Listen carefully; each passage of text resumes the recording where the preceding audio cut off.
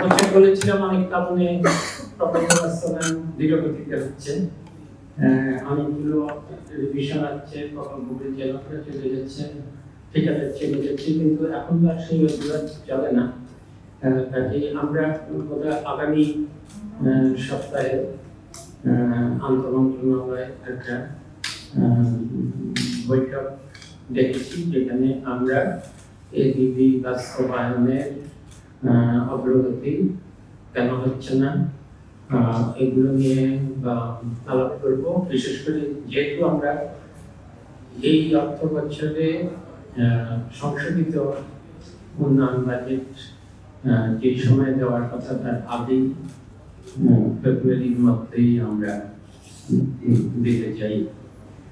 আর আরেকটা কারণ হলো যে এখনো দেখা যাচ্ছে যে অনেক মন্ত্রণালয় আমাকে বলেছে যে প্রকল্প পরিচালক তো সাধারণত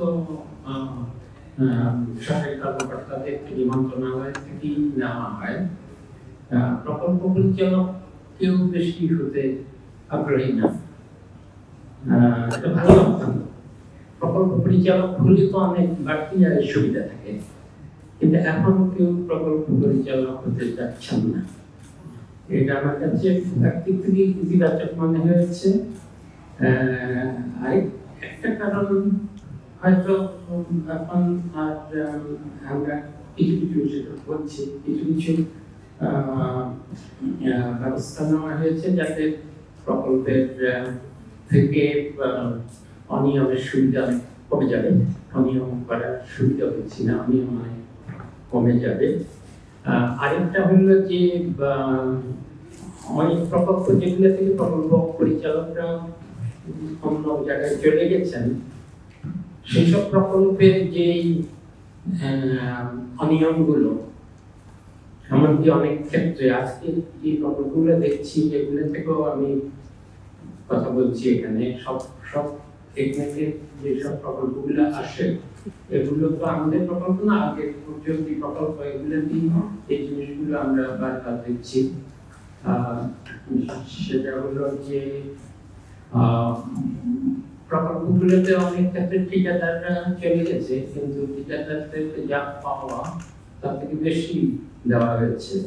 অনেক সময় অনুমতি ছাড়া প্রকল্পের যে